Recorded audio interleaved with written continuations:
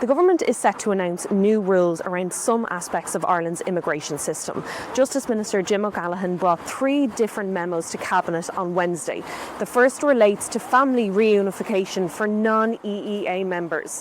One of these changes will mean that a person who's looking to bring a member of their family over to Ireland will have to prove they have the means to support them and the appropriate accommodation. So, for example, if somebody wants to bring one of their children who is a minor over to Ireland, they will need to show that they are earning a gross income of €44,000 a year. There will also be changes to the rules around citizenship.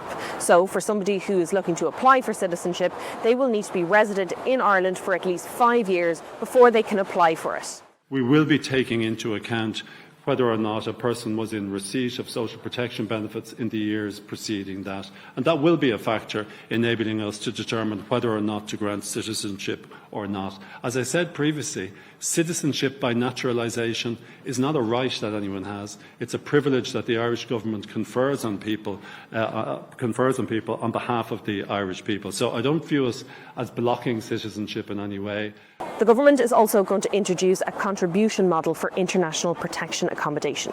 So for those residents in these types of accommodations, they will have to pay anything between €15 and €238 per week, but it'll depend on how much income they are earning. You can follow this story and more on the Irish Independent website.